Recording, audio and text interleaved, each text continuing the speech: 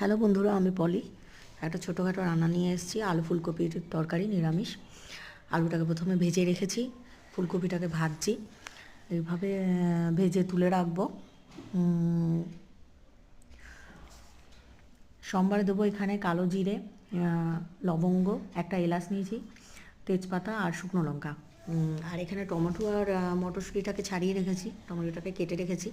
ফুলকপির যে তেলটা ছিল ভাজার, সেই তেলের মধ্যেই মশলা এই সম্বারটা আমি দিয়ে দিয়েছি। এটাকে একটু ভাজবো,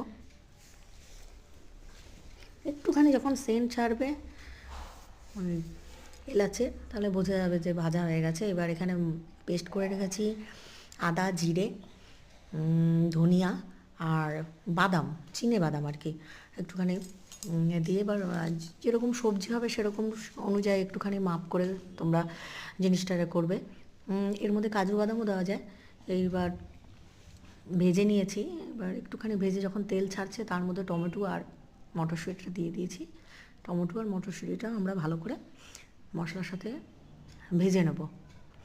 এইবার টমেটো আর মটরশুঁটি আগেও ভাজা যেত, কিন্তু মটরশুঁটিটা হয়ে যেত, কেমন যেন চুপসিয়ে চুপসিয়ে যেত, সেই জন্য আমি ওটা এইভাবে ভেজেছি।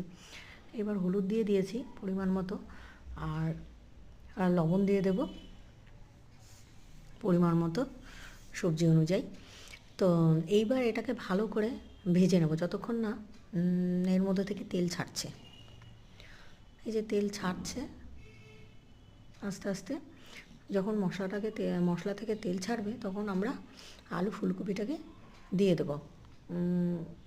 আলু ফুলকপি দিয়ে তো সেটার সাথে এই মশলার সাথে ভালো করে মিশিয়ে নিতে হবে। দিয়ে দিয়েছি আলু ফুলকপি, এই যে মিশিয়ে নিচ্ছি। হ্যাঁ, ভালো করে, খুব আস্তে আস্তে, কারণ নাহলে ফুলকপিটা ভেঙে যাবে। তো লো ফ্লেম রেখে, সাধারণত আমি একটু মিডিয়াম ফ্লেমেই করি, খুব আগুন বাড়িয়ে করি না, তাতে পুড়ে যায়। আর রং হওয়ার জন্য কাশ্মীরি লঙ্কার গুঁড়ো দিলাম 1 চামচ, 1 চা চামচ আর কি। তো এটাকে একটু মিশিয়ে দেবো হালকা করে, এরকম যেন না ভেঙে যায় ফুলকপিগুলো। হ্যাঁ, তো এইভাবে মিশিয়ে নিয়ে পরিমাণ মতন জল দিয়ে দিয়েছি অলরেডি, আমি আগেই জল দিয়েছি। এবার একটু জল দিয়ে ভালো করে ঢেকে রাখবো, আলুটা যতক্ষণ না সিদ্ধ হচ্ছে। তো দেখলাম সিদ্ধ হয়ে গেছে মোটামুটি। এবার আমি গরম মশলার গুঁড়ো দিয়ে দিলাম।